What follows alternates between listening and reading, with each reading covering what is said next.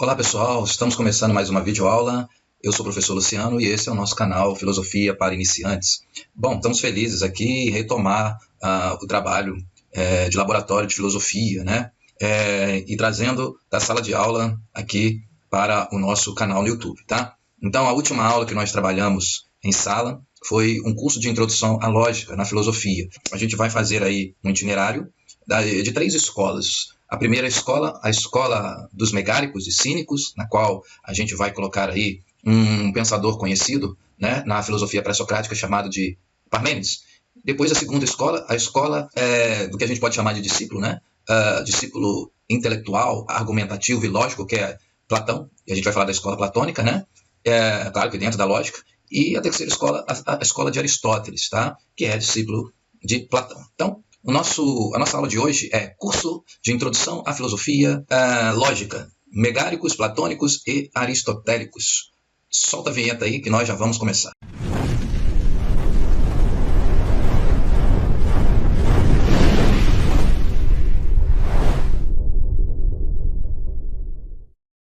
A primeira coisa que a gente vai dizer é o que é lógica, né? O que é isso que a gente está chamando de lógica? A lógica, ela é um campo do saber e, ao mesmo tempo, um instrumento filosófico do homem para se conhecer a complexidade do real, né? É para conhecer a realidade. Então, nessa aula, trataremos da teoria da proposição. Então, quando a gente fala de lógica, a gente tem que logo falar de proposição. Então, para isso, a nossa lógica proposicional. E o que é uma proposição? O que a gente entende como proposição? É o momento em que na linguagem dá-se um predicado a um sujeito. Toda proposição, ela é verdadeira ou falsa?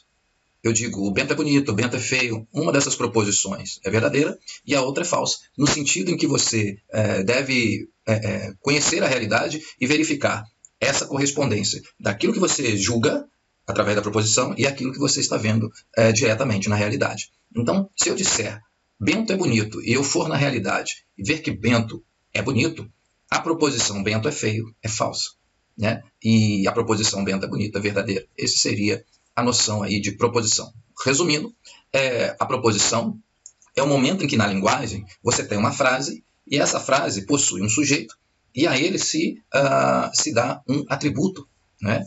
Mas como se constitui essa proposição? É só sujeito e atributo? Vamos ver. Bom, então a proposição ela se dá a proposição ela se dá da seguinte maneira. Então você tem um sujeito, o verbo ser na terceira pessoa do singular, mais atributos. Tá? Vamos dar um exemplo. A cadeira é cadeira e Paulo é homem. Você deve estar se estranhando. Por que eu coloquei a cadeira é cadeira? Isso é muito estranho. Mas como a gente está no início do conceito de proposição lógica argumentativa, mas mais do princípio a gente nem vai entrar na questão da argumentação, a gente vai entrar apenas na construção, né? Introdução à lógica, na construção de proposições, bem simples. Tá? Então, automaticamente vai aparecer, nesse princípio, essa proposição. A cadeira é cadeira.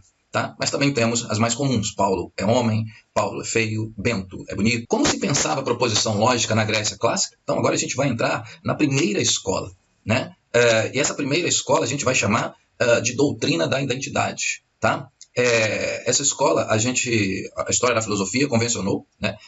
Historicamente, se conhece como escola cínica e escola megárica, né? Ou seja, os cínicos, filósofos cínicos e os filósofos megáricos, eles possuíam uma escola filosófica e nessa escola eles trabalhavam um tipo de proposição. Eles estudavam uma lógica baseada num tipo de proposição. E essa proposição a gente chamou de doutrina da identidade. E a gente insere aqui o filósofo Parmênides. O Parmênides vai dizer a seguinte frase, que ficou famosa aí na história da filosofia: o ser é e o não ser não é. Quando ele diz que o não ser não é, ele está dizendo, quando a gente pergunta o que é o ser, a gente só pode ter a seguinte resposta: o ser é. E tudo aquilo que não for o ser, a gente não pode fazer nenhuma consideração, nenhuma colocação lógica. Tá? Então esse é o primeiro propósito lógico da filosofia, que a gente parte de Parmênides. O ser é e o não ser não é. Então, o que seria o não ser? Na lógica, a gente está colocando aqui como atributo. Mas como Parmênides ele não ativa esse atributo, ele vai dizer que o não ser não é, então automaticamente a gente não pode ter nenhum conceito, ou como a gente explica aí, grosso modo, para os alunos, nenhuma palavra nesse não ser. A gente não pode dizer nada do ser que não seja ele mesmo. Então, eu só posso dizer que o ser é. O ser é ser. Então, eu não posso ter atributo. Por quê? Se eu convencionei chamar o ser de sujeito, eu não posso ter atributos. Então, eis a questão da proposição de identidade. Olha só, já que não podemos, na escola megárica, trabalhar com o não ser, o atributo vai ser preenchido pela própria palavrinha que se coloca no sujeito. Então, por isso que eu só posso dizer que a cadeira é cadeira. A gente não pode dizer nada diferente daquilo que é o sujeito. O ser é, o não ser não é. Então, nasce aqui a primeira configuração lógica na doutrina da identidade dos megáricos. A igual a A. Né? Ou seja, o sujeito só pode ser ele mesmo. Né? Se o sujeito não for ele mesmo, ele deixa de ser sujeito. Né? Se eu disser alguma coisa diferente, se eu colocar uma palavra diferente dela mesma, ou seja, se eu disser algo, se eu atribuir algo a um sujeito e esse algo for diferente do próprio sujeito, eu estou desfazendo a configuração de identidade. Então, eu só posso dizer que a cadeira é cadeira, sob o risco de eu perder a identidade da cadeira. Ou seja, qualquer outra palavra que eu colocar no lugar de atributo aqui, eu vou estar desconfigurando a identidade do sujeito. Para os megáricos, essa proposição, qualquer proposição diferente dessa, era inadmissível. Eles só admitiam a proposição lógica de identidade. A é igual a A, sujeito é sujeito, a cadeira é cadeira. Aonde a cadeira, que é o sujeito, é o ser, e o ser estaria ligado à realidade. Lembrando que a lógica é um instrumento para se conhecer a realidade. E a filosofia, o papel da filosofia é único e exclusivo conhecer a realidade. Claro que na modernidade você vai mudar a rota, o itinerário, e vai passar a conhecer as ferramentas, né, ou investigar as ferramentas que conhecem a realidade, deixando um pouco de lado a realidade. Mas isso é uma discussão que nós já fizemos aí em videoaulas passadas. Mas vamos continuar. Bom, o sujeito só pode ser aquilo que ele é, que é o princípio da identidade. O sujeito não pode ser diferente dele mesmo. Então agora vai aparecer um sujeito na filosofia, um filósofo na filosofia, um gênio na filosofia, um novo pensador na filosofia, que não vai concordar com essa doutrina da identidade. Não vai concordar com essa máxima do Parmênides, que o ser é e o não ser não é. Platão e sua escola não concordarão com essa doutrina da identidade. O caminho para vencer a proposição megárica será, na lógica, a introdução do não ser, ou a teoria da predicação. Poxa, se você quer desfazer aquilo que o seu mestre anterior propôs, você vai começar a atingir justamente aquilo que ele negou. E aquilo que ele negou, vamos voltar aqui, é justamente o não ser. Então, se ele nega um não ser, qual é a proposta do novo filósofo? O novo filósofo, que é Platão, a sua meta é justamente essa: tentar produzir uma proposição nova aonde eu possa introduzir o não ser. Porque essa proposição lógica da identidade, ela emperra todo o projeto filosófico, todo o pensamento. Por quê? Eu não posso avançar. Quando eu olho na realidade, quando eu digo a cadeira é cadeira, eu não vejo essa identidade. A realidade, ela é composta justamente de não identidades, de não seres. Né? Então, são essas as discussões que, às vezes, os professores de filosofia acabam não explicando para os alunos quando se faz a diferença entre Heráclito e Parmênides. O Parmênides está olhando para a realidade do ponto de vista do raciocínio lógico. O Heráclito está olhando para a realidade não do ponto de vista do raciocínio lógico, mas de um pensamento de integração, né, integral, né, dentro da própria realidade, da própria natureza. Então ele está construindo proposições que não são lógicas. E aí ele só encontra o paradoxo. Né? O paradoxo para o Heráclito, né, ou aquilo que a história da filosofia vai chamar como dialética de Heráclito, né, que vai ser depois retomada por Hegel, essa dialética ela é completamente cheia de contrários, cheia de paradoxos, cheias de contradições. Então é óbvio que a gente não pode dizer que o Heráclito está dentro do campo do raciocínio lógico, até porque esse campo de separação, que eu já falei em aulas anteriores, entre o sujeito e o objeto, entre o sujeito e a realidade, essa separação só vai se dar a partir de Parmênides, a partir dessa doutrina da identidade. Tá? Então o caminho para vencer a proposição megárica será, na lógica, a introdução do não ser, ou a teoria da predicação. Então, se não havia predicação, porque a gente está dizendo que a predicação é o atributo, e o atributo está atrelado ao não ser do Parmênides, e o não ser não existe. Então, você só pode ter uma proposição de identidade. Então, a teoria da predicação é uma proposta que o Platão vai usar para introduzir na filosofia lógica, nas proposições, o não ser. Então, ele vai criar elementos para povoar a proposição de não seres. Tá? Então, chegamos na escola de Platão. O livro Sofista de Platão é para tentar destruir a proposição megaric-cínica. Tá? Então, aqui é só para situar historicamente ali que o Platão vai escrever um diálogo chamado Sofista, e ali os debates serão justamente para tentar vencer o seu pai teórico, que é Parmênides. Né? A filosofia vai dizer que ele vai cometer um parmenicídio, ou seja, ele vai desfazer essa proposição de identidade do seu mestre Parmênides. A gente sabe que Platão uniu tanto o pensamento de Parmênides quanto o pensamento de Heráclito. E o pensamento de Heráclito vai estar ali em Platão sendo chamado de mundo sensível, o mundo das transformações, o mundo do paradoxo, o mundo das mudanças, o mundo da temporalidade. E acima da linha, né, vai fazer uma linha dividida e vai dividir em dois mundos, a linha dividida e a parte de cima, que ele vai chamar de mundo racional, mundo das ideias, seria aquilo que nós estamos chamando aqui de conhecimento parmenídico, né, de Parmênides. A doutrina que o Platão vai introduzir a partir do sistema de predicação será a doutrina da alteridade, só para ficar paralelo ali a diferença, né, uma mudança dessa ótica da doutrina da identidade. O que seria a doutrina da alteridade? É tentar dar ao sujeito um predicado diferente do próprio sujeito. O que é alteridade, pessoal? Alteridade, a gente traduz aqui a grosso modo, alter significa outro. É um atributo diferente do sujeito, mas que tenha uma correspondência com o próprio sujeito. Dois pontos, o outro de mim mesmo. Então, ao introduzir o não ser na proposição, o Platão não vai dizer que é qualquer não ser. Ou seja, qualquer palavra pode ser atributo do sujeito. Vamos pegar o exemplo da cadeira. Não pode ser qualquer coisa. A cadeira não pode ser mesa. A cadeira não pode ser avião. Então, quais não seres ou quais não cadeiras podem corresponder com o objeto cadeira? É essa a doutrina da alteridade. O Platão vai encontrar, né, no mundo real elementos que não 100% desfaz a alteridade, mas é um outro do sujeito que tem uma correspondência com o sujeito. Agora eu posso dizer, a cadeira é verde, a cadeira é de ferro, a cadeira é de madeira, a cadeira é para se sentar. Porque todas essas palavras que eu usei no atributo são diferentes da palavra cadeira. É o outro da cadeira, mas que corresponde com o objeto cadeira. Então, se a identidade era constituída por substantivo, o atributo, obviamente, vai ser constituído por adjetivo. Né? Repito, se o atributo antes, na doutrina da identidade, era constituído por um zero, e aí eu era obrigado a colocar um substantivo idêntico ao substantivo do sujeito, né? Atributo e sujeito teria praticamente uma identidade, por isso identidade. Agora eu vou colocar uma outra classificação de palavras. Essas palavras estão sendo chamadas de adjetivo. É aquilo que a gente conhece como adjetivos. Né? Então os predicados, que são atributos, vão ser constituídos de adjetivos. Mas, olha o exemplo aqui. Paulo é homem. Homem não é uma palavra adjetiva. Embora ele esteja fazendo o papel de adjetivo aqui, porque está no lugar do atributo, ele não é constituído de adjetivo, ele ainda é constituído de substantivo. Mas tem um problema nessa palavra homem. Então esse problema está implicado com todo o pensamento de Platão. Vamos avançar? Olha, na filosofia aparece o termo essência.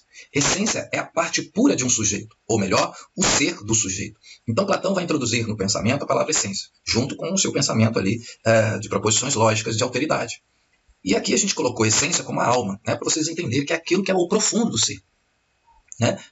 O profundo do ser. Então, vai aparecer na doutrina de Platão, na doutrina filosófica, proposicional, a palavra essência, o conceito de essência, é isso que eu estou chamando aqui de uma forma sinonímica, né? De um sinônimo de algo. Bom, a essência é um ser de razão. Para Platão, a essência é a única realidade que existe. Platão deposita a essência não no ser, mas no não ser. Poxa, não está de acordo com a sua filosofia? Se ele deposita a essência no ser, ele pode correr o risco de cair no problema da identidade. Porque isso é praticamente o que provavelmente o Parmênides pensou. Se eu estou numa doutrina da identidade, a essência do ser só pode estar na cadeira ou em Paulo. Mas como o Platão está falando do não ser dentro de uma doutrina da alteridade, do outro de mim mesmo, olha, é mais correto e foi sensato, né? A gente concluir que essa essência só podia ser colocada no não ser. Vai gerar alguns problemas no futuro, mas vamos com calma. Quais não seres se relacionam com o ser? Olha aqui o exemplo. Paulo é homem, então a gente já sabe que a essência não está em Paulo. A essência está em homem, na palavra homem, nesse atributo. E ele chamou esse atributo homem de essência. Por isso que não é um adjetivo, mas é uma adjetivação ou uma essência adjetiva que está dando ao Paulo não uma qualidade, mas uma essência. Então, você podia me questionar, mas professor Luciano, e as outras proposições, Paulo é alto, Paulo é baixo, porque eu posso usar proposições com adjetivo, que é o que você acabou de falar. Sim, mas o Platão é um filósofo das ideias, do mundo das ideias. Né? Ele tenta superar Parmênides, mas ele ainda traz muitas características do pensamento de Parmênides. Tanto que ele coloca o Heráclito numa posição de mundo inferior e vai buscar um mundo superior, porque o Platão está sendo fidedigno à lógica, né? Fidedigno à razão. Então ele constituiu palavras que a gente chama de não ser, mas que são essências. Então Platão não vai trabalhar com as proposições que não são de essência. Por exemplo, Paulo é alto. Alto não é a essência de Paulo. Alto é uma sensibilidade de Paulo. Então, o Platão está preocupado com o mundo acima da linha. Então, provavelmente, ele vai trabalhar com elementos que são mais próximos da essência. Ou seja, aquilo que mais para frente um filósofo chamado Aristóteles, que será o seu discípulo, vai chamar de conceito. Tá? Mas o homem é a ideia de Paulo. Paulo participa da ideia de homem. A ideia de homem é aquilo que faz com que Paulo imite uma perfeição. Então, homem é um conceito de perfeições, né, de formas, ideais. Então, o homem é uma ideia, é um ideal. E ali o Platão coloca a sua essência. O atributo constituído por nomes gerais. Né? A gente chama de nome geral. E aqui é um atributo constituído de adjetivo.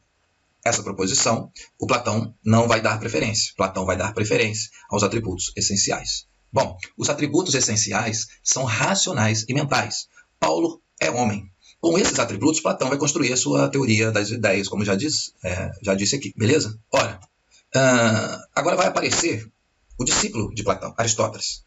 Aristóteles vai ter que construir uma proposição que dê conta de quê? O que Platão negou? Platão deixou de lado justamente as proposições que são mais próximas do mundo sensível, que são mais próximas das transformações, que são mais próximas da mudança. E abandonou essas proposições e apenas deu evidências a proposições essenciais, com atributos essenciais. E ali ele defende a sua teoria das ideias de um mundo que não é esse mundo presente aqui, mundo corpóreo, mundo material. É o mundo das formas inteligíveis, que muito tem a ver com o campo espiritual, que era um pensamento vigente, não religioso, né, se quiser dizer assim, que era introduzido no pensamento filosófico, ainda místico. Né? Então, essa ligação com o misticismo você vai encontrar muito nas obras de Platão. Enfim, então o Aristóteles não quer pensar essas proposições lógicas essenciais. Ele também quer dar valor ao mundo corpóreo, ao mundo sensível. Né? É por isso que naquela imagem de Rafael, onde aparecem os filósofos, Platão e Aristóteles se encontram no centro, o Platão apontando para cima e o Aristóteles apontando para baixo. Então, o Aristóteles ele quer constituir ou construir proposições ligadas ao mundo material. Então, o que vai surgir na filosofia? Uma proposição acidental. Esse termo acidental é um termo que dá para entender as contingências do mundo, a materialidade do mundo. E o mundo real, ele é apenas mudança, transformação, aborto e nascimento ininterruptamente, infinitudes, né? Ilimitado. Então não era esse pensamento que Platão queria. Platão queria um pensamento da eternidade, do estático. Por isso que ele ainda é correspondente com alguns vestígios do seu mestre Parmênides. Então vamos para a escola aristotélica. Para Aristóteles, o mundo sensível também era uma realidade. Ele a chamou de substância.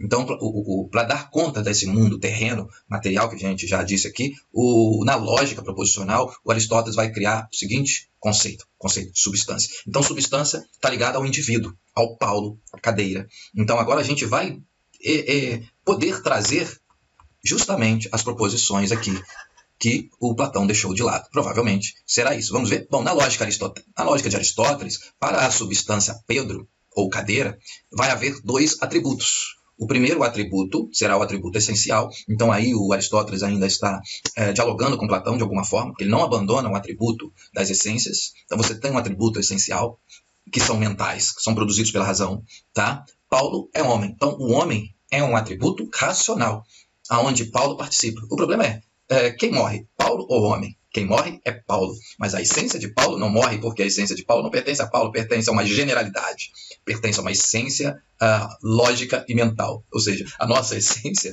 isso logicamente, tá, gente? A gente está aqui no campo da lógica. A nossa essência é, segundo Platão, uma questão mental, não uma questão física. Né? Então, é uma questão de linguagem. Com Aristóteles vai ficar isso muito evidente, que a essência é uma questão conceitual, não uma questão material. Né? Porque a modernidade vai bater em cima dessa questão. Né? A gente não pode colocar a nossa essência numa linguagem ou num raciocínio mental. Ou seja, e aí vai dar uma outra questão, que quando Aristóteles vai trabalhar com a generalidade, né, ele vai dizer que a generalidade também faz parte do sujeito. O sujeito é constituído de substância e universal. E isso será o campo da ontologia, que é o estudo do ser. Então, o ser vai ser constituído de indivíduo, né, de substâncias, e generalidades. Tanto esses dois conceitos para o Aristóteles são reais, são existenciais e reais, beleza? Então a gente vai ter uma parte nossa que é física e uma outra parte nossa que é mental. Por que eu estou falando isso? Porque vai chegar na Idade Média, isso vai ser corrompido. Né? Aquilo que nós vamos que a filosofia vai configurar como navalha de Ockham vai ser justamente fazer a cisão dessa ontologia, separar o individual dos universais. Tá? A gente chama de universal, também a gente pode chamar de geral, né, nome geral, mas na Idade Média, né, o Guilherme de Ockham, em sua lógica, tanto Guilherme de Ockham quanto Dunstan Scott, eles vão trabalhar aí com os termos universais. Tá? Pode ser que apareça o termo geral, mas a gente usa aqui os universais. Tá? Os universais vão passar especificamente a ser o que eles são, semiótica, linguagem. O problema é que a Idade Média, quando for estudar Deus, vai usar justamente os universais. Então, propor argumentos a partir desses atributos aqui racionais e mentais. E o outro atributo são os acidentais ou reais. Paulo é alto, Paulo é baixo, Paulo é fraco, Paulo está comendo, Paulo está dormindo, Paulo está escrevendo. Todos esses atributos são atributos acidentais. Ou seja, se você eliminar esses atributos, o Paulo, o sujeito dele, continua sendo o que ele é. Está vendo a diferença? Lá em Parmênides, se você colocasse qualquer palavra diferente da palavra que estaria no sujeito, o sujeito deixaria de ser quem ele é. Aqui para o Aristóteles, não. Aqui para o Aristóteles, o atributo alto, baixo, preto, branco, azul, amarelo, são atributos que não alteram a substância individual. Olha aí como que nós chegamos aí a questões totalmente opostas, né? Bom, então, por exemplo, se eu tenho uma namorada, segundo a teoria da alteridade, eu teria que depositar a minha essência no outro, na outra pessoa. Mas e se essa pessoa desaparecesse? Ela estaria levando comigo a minha essência. Ela estaria levando comigo a minha essência. Então, quando Platão diz, olha como Platão não é idiota, quando Platão diz que os nãos, as não cadeiras ou os não seres têm que ser correspondente com os indivíduos, ele está dizendo que eu tenho que arrumar uma namorada e depositar a minha essência nela, desde que ela seja para mim parte de mim e eterna. E quando eu morrer, a minha essência continua nela. Isso aqui é apenas um devaneio que eu estou fugindo um pouco da lógica. É dessa forma que eu falo com os alunos para eles terem aí uma referência, né? Para não ficar só preso dentro das temáticas filosóficas. Tá? Uma outra questão também. Então, a gente tem que pegar... vamos fazer uma relação entre acidente e essência. Vamos supor que eu seja uma pessoa boa. Se eu for uma pessoa boa, de uma forma acidental, aí eu pergunto para eles, ser bom é um acidente ou é uma essência? Se for uma essência, eu sou bom desde sempre. Então, se eu levar um tapa na cara, eu não vou revidar, porque há em mim a essência de bondade. Olha como eu tenho essa questão de essência quase que de um devaneio divino, né? Você diviniza a si mesmo quando transforma sentimentos acidentais em essenciais. Né? Eu dei o exemplo do filme, né? Lá, vamos pegar o filme Homem-Aranha, né? A história de Homem-Aranha. Homem-Aranha, o Peter Parker é um garoto qualquer, um medíocre. E o que acontece com ele? Ele sofre um acidente, ele é picado por uma aranha. E aquilo que é para ser acidental, né? Uma picada, vai no médico e cura, passa a ser essencial. Ele será Homem-Aranha desde sempre. Ou seja, o herói está muito próximo ao divino. Uma outra questão, por exemplo, que eu falei com eles, se a tristeza, uma pessoa que é triste, fala assim, poxa, eu estou triste, a minha vida não faz sentido, eu sou muito triste. Aí eu pergunto, essa tristeza é acidental ou é essencial?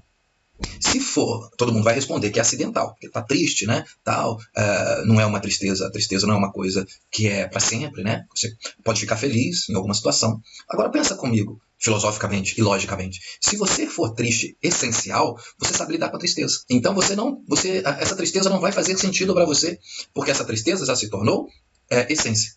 Então ela só detona a sua vida se ela for acidental. Né? Se você implicar uma felicidade. Porque se você é triste desde sempre, você aprendeu a lidar com a tristeza. Né? Ou seja, muita gente em comunidade carente está tão ligado, acostumado a viver com violência, com tristezas, com maldades, que aí a gente não é aqui um filósofo moral, né? Que passou ao quê? A essencializar todos esses acontecimentos. A pessoa acaba fazendo isso de uma forma para se proteger. Né? Porque o Estado não vai proteger essas pessoas. Então essas pessoas têm que criar esse mecanismo de transformar acidentes em essência. Uma outra questão quando a polícia sobe a favela, a polícia diz a seguinte questão, eu vou matar bandidos. Aí eu pergunto, a palavra bandido, ou o conceito de bandido, é essência ou é acidente? Aí os alunos vão falar, é acidente.